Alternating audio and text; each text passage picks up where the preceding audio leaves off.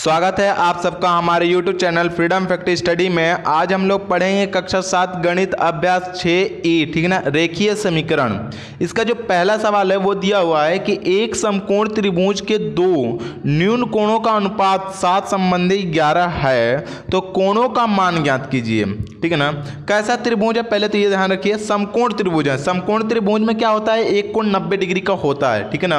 और दो न्यून कोण होते हैं, जाहिर सी बात है। और समकोण त्रिभुज है तो तीनों का योग भी कितना हो जाएगा, 180 अंश। लेकिन बोला है कि दो न्यून कोणों का मान कितना दिया है, इतना दिया है, 7 संबंधी 11 दिया हुआ है।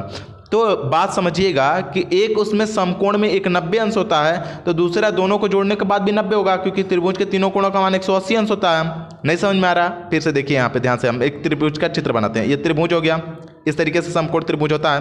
ध्यान समझ में आ गया। अब एक कोण 90 अंश होता है, ये 90 अंश होता है, समकोण त्रिभुज में एक 90 अंश होता है, तो न्यून कोण ये हुआ और ये हुआ।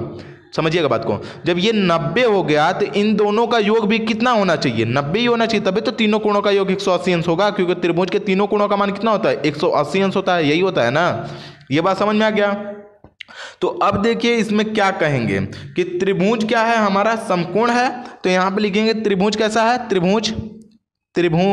कैसा हमारा समकोण है, समकोण है, ठीक है ना। ये समझाने के लिए बताया हूं, बस इसको बनाना नहीं है आपको, ठीक है। समकोण है, अब ये हो गया हमारा है, तो लिखेंगे त्रिभुज के दो शेष, ठीक है ना, या फिर लिखेंगे त्रिभुज के शेष दो कोणों का योगफल। देखिए शेष दो कोणों का योगफल, समकोण त्रिभुज है तो समकोण त्रिभुज के दो शेष कोणों का योगफल, ठीक है ना। यहाँ पे लिखेंगे त्रिभुज के शेष दो कोणों का, दो यहाँ पे लिख दीजिएगा, दो कोणों का योगफल, कोण का योगफल, ठीक ना, सॉरी योगफल, यहाँ पर योगफल कितना दे दिया हमारा, फल लिख लीजिए अच्छा ही रहेगा, फल यहाँ पर हो जाएगा 90 डिग्री, ठीक है ना। योगफल कितना हो जाता है, 90 डिग्री।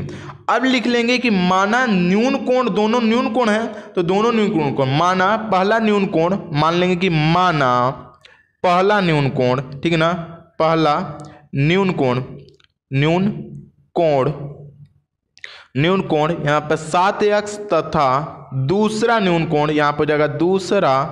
यहाँ पर हो जाएगा न्यून कोण,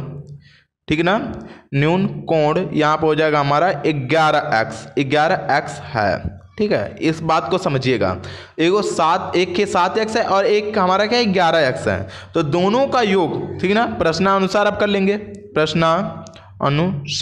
हम लोग जानते हैं दोनों न्यून कोणों का मान कितना होता है, 90 डिग्री, क्योंकि यहाँ पे दो न्यून कोणों का योग कितना हो जाएगा, 90 डिग्री। एक समकोण है तो जाहिर सी बात है दो न्यून कोणों का मान 90 अंश होगा, तभी तो 90 मिला के 180 होगा। तो इस तरीके से 7x और प्लस यहाँ पर जाएगा 11x इक्वल टू कितना हो जाएगा हमारा 90 डिग्री। अब 7 और 11 और 7 दोनों को जोड़ देंगे तो कितना हो जाएगा हमारा 18x इक्वल टू कितना हो जाएगा हमारा 90।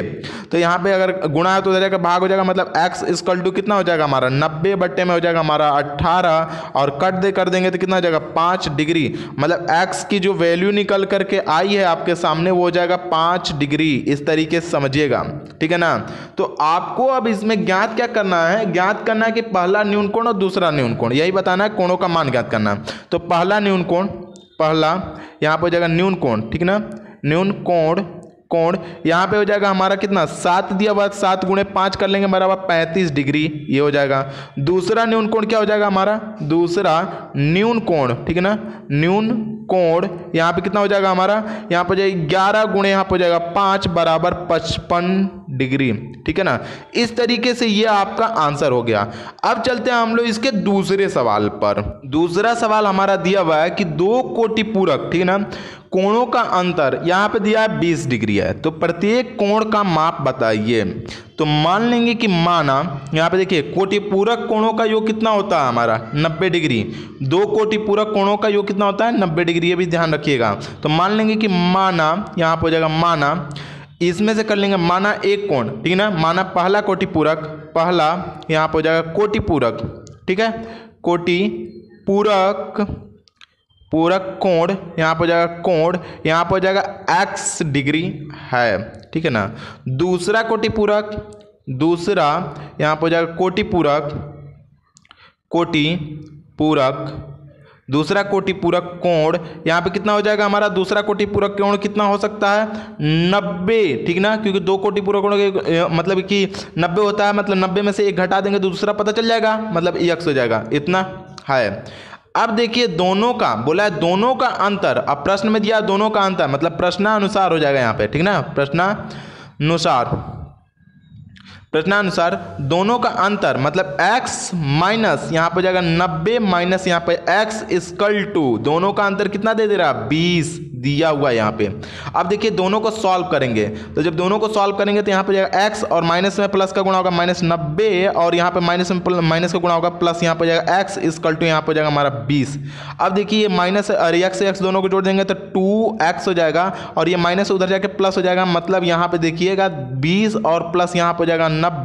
और दोनों को जोड़ने के बाद 2x इक्वल टू 110 और 2 से भाग देंगे, गुणा है तो भाग हो जाएगा, मतलब यहाँ पे x इक्वल टू यहाँ पे हो जाएगा 110 बट्टे में हो जाएगा 2 और दोनों कटा देंगे तो कितना हो जाएगा हमारा 55 डिग्री। मतलब जो x की वैल्यू निकल करके आ जाएगी वो हो जाएगी हमारी 55 डिग्री का कोण बनेगा x का मान, ठीक है ना। मतलब पहला कोटि पूरक हो जाएगा 55 का और दूसरा कोटि पूरक क्या हो जाएगा हमारा, दूसरा, पहला तो आपको पता चल गया 55 है x मान है तो दूसरा कोटि पूरक मतलब 90 में से 55 घटा देंगे, x की वैल्यू रख देंगे यहाँ पे तो पता चल जाएगा, तो 35 होना चाहिए। तो दूसरा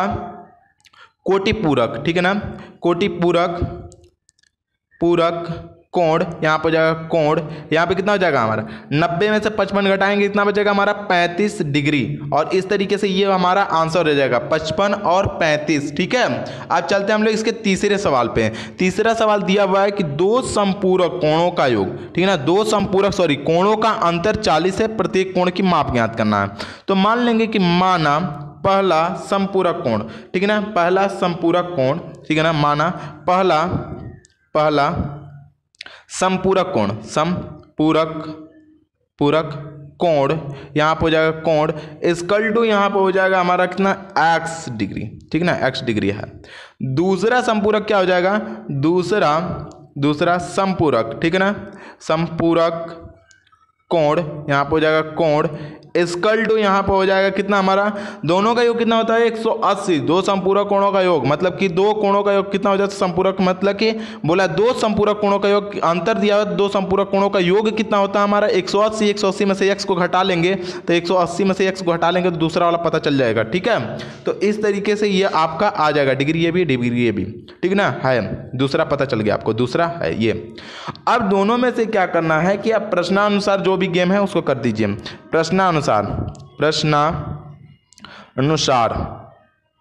प्रश्नानुसार में पहला देखिए दोनों का अंतर, बोला दोनों का अंतर कितना हमारा x और माइनस यहाँ पे हो जाएगा हमारा 180 माइनस x इक्वल टू यहाँ पे 40, दोनों का अंतर 40 दिया हुआ है इस तरीके से, मतलब x और माइनस में गुणा होगा तो माइनस में प्लस को गुणा होगा -180 और यहाँ पे माइनस में प्लस को गुणा होगा प्लस यहाँ पे हो जाएगा x इक्वल टू यहाँ पे हो जाएगा 40, ठीक है। और x में x को जोड़ देंगे तो कितना हो जाएगा हमारा 2x और ये माइनस से उधर जाके प्लस हो जाएगा, मतलब यहाँ पे हो जाएगा 40 और प्लस यहाँ पे हो जाएगा हमारा 180 और यहाँ पे दोनों को जोड़ देते हैं तो 220 हो जाएगा, मतलब यहाँ पे देखिएगा इसको ऊपर कर लेते हैं, यहाँ पे जाएगा 2x इक्वल टू यहाँ पे 180 और प्लस यहाँ पे हो जाएगा हमारा 40, सॉरी 40 तो था ही पहले ही वाले लिख दिए, कोई बात नहीं, यहाँ पे जाएगा 2x इक्वल टू, दोनों को अगर गुणा कर देते हैं जोड़ देते हैं तो 200 कितना हो जाएगा हमारा 20, अब x इक्वल टू अब भाग दे देंगे तो यहाँ पे कितना हो जाएगा हमारा 220 बट्टे में हो जाएगा हमारा 2, दोनों को कट कर लेंगे तो यहाँ पे हो जाएगा 110, मतलब एक कोण आपका निकल के आ गया 110 डिग्री, एक कोण 110 हो गया तो दूसरा कितना हो जाएगा हमारा, दूसरा समपूरक कितना हो जाएगा, यहाँ पे लिखेंगे दूसरा समपूरक, ठीक है ना, संपूरक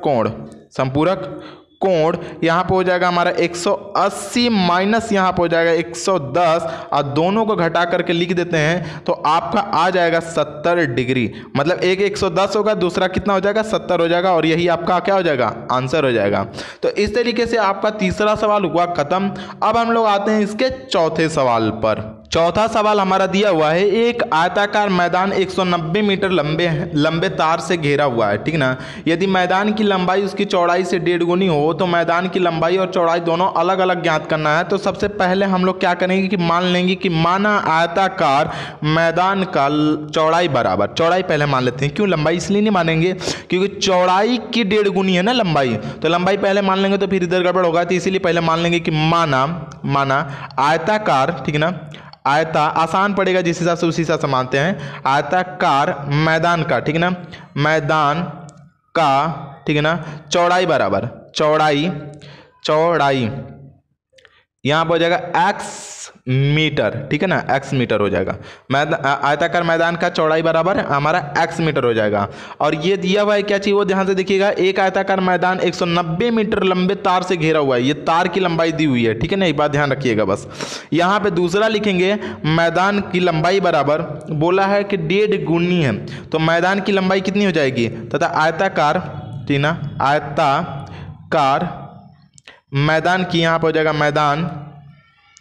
की, यहाँ पर हो जाएगा लंबाई, ठीक है ना, लंबाई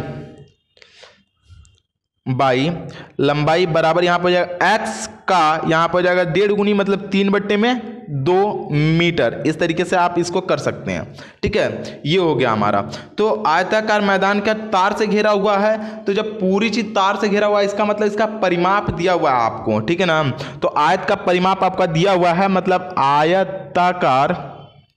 आयताकार मैदान का परिमाप दिया हुआ आपका, मैदान का परिमाप बराबर का परिमाप इक्वल टू कोष्टक में हो जाएगा लंबाई, ठीक ना, लंबाई और प्लस का हमारा चौड़ाई, ठीक है ना, चौड़ाई। इस तरीके से आपका दिया हुआ है, इस तरीके से। तो आपका ये देखिए परिमाप हमारा कितना दिया हुआ है, इन दोनों का दे दिया हुआ है कितना हमारा 190 मीटर, ये 190 मीटर, जो तार की लंबाई है वो 190 मीटर। तो परिमाप कितना हो जाएगा, मैदान का परिमाप 190 मीटर और इक्वल टू 2 कोष्टक में लंबाई हमारा कितना निकल के आया 3, इसका गुणा कर देंगे तो 3x बटे में हो जाएगा 2 और यहाँ पे हो जाएगा प्लस चौड़ाई कितना दिया x, तो x कर लेंगे और कोष्टक बंद, ठीक है। अब इसको सॉल्व करेंगे, इसके नीचे 1 लगा सकते हैं आप लोग, ठीक है। अब इसको सॉल्व करेंगे, यहाँ पे आप चाहें तो प्रश्नानुसार लिख सकते हैं, अगर नहीं लिखना है तो कोई बात नहीं। यहाँ पे हो जाएगा 90 और इक्वल टू, अब देखिए इन दोनों का एलसीएम लेंगे तो कितना हो जाएगा 2 कोष्टक में दोनों का एलसीएम लेंगे तो 2 ही होगा। अब 2 से करेंगे तो 3x हो जाएगा प्लस 2x हो जाएगा। अब देखिए ये बाहर निकाल देते हैं तो 2 से 2 को कट कर सकते हैं, 3 2 कितना हो जाएगा हमारा 5, मतलब यहाँ पे हो जाएगा 190 और इक्वल टू ये 2 से ये 2 को कट कर लेंगे बाहर निकलने के बाद, तो ये हो जाएगा हमारे कितना, ये कट जाएगा, यहाँ पे हो जाएगा 5x हो जाएगा, ये गुणा उधर जाकर भाग हो जाएगा, मतलब x इक्वल टू 190 और बटे में हो जाएगा हमारा 5 और कट कर लेंगे तो 5 3 15 5 और 40, मतलब x की जो वैल्यू है वो हो जाएगा हमारा 38, जो x की वैल्यू निकल करके आ गई आपके सामने x इक्वल टू 38 मीटर, ठीक है ना, ये मीटर में निकल करके आ गया x की वैल्यू। अब जब आपको x की वैल्यू अगर निकल के आ गई, मतलब मैदान की जो चौड़ाई थी वो निकल के आ गई, तो मैदान का अब हम लोग को चौड़ाई निकल गया तो पता चल गया क्या चीज़, चौड़ाई माने थे x, तो x बराबर 38 निकल गया, मैदान की चौड़ाई हमें निकल गई। तो मैदान की लंबाई अब निकालना है, ठीक ना, मैदान की लंबाई बराबर मैदान की लंबाई इक्वल कितना हो जाएगा, मैदान की लंबाई बराबर 3/2 इंटू यहाँ पे 38 यहाँ पे दोनों से इससे कटा देंगे तो 19 बार में कट जाएगा, 19 में 3 को गुणा करेंगे तो कितना हो जाएगा 19 3 57, यहाँ पे हो जाएगा मीटर, ये हो जाएगा 57 मीटर। मतलब कहने का मतलब है कि आपका जो मैदान की लंबाई निकल के आ गई 57 मीटर और मैदान की चौड़ाई निकल करके आ गई 38 मीटर। तो लिख सकते हैं कि अतः, ठीक है ना, अतः आयताकार, क्योंकि अलग अलग बताया था अलग अलग निकालना है, तो अतः आयताकार, ठीक है ना, अतः आयताकार, ठीक है ना, मैदान की लंबाई यहाँ पर हो जाएगा 57, ठीक ना, 57 मीटर तथा यहाँ पर हो जाएगा मैदान की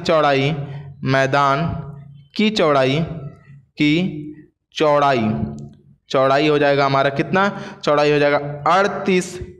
मीटर है, ठीक है, और यही आपका क्या हो जाएगा, आंसर रह जाएगा। तो इस तरीके से आपका ये जो चैप्टर था ई, ये भी ख़त्म हुआ, 6E भी क्या हुआ, ख़त्म हुआ। और यदि आप लोगों को हमारी ये वीडियो अगर अच्छी लगती हो तो प्लीज़ लाइक करें, शेयर करें और सब्सक्राइब करना बिल्कुल ना भूलें, और जितना अधिक से अधिक हो सके अपने दोस्तों को शेयर करें ये, ठीक है। तो आज के लिए इतना ही, और अगले वीडियो में हम लोग देखेंगे अभ्यास 6F, ठीक है।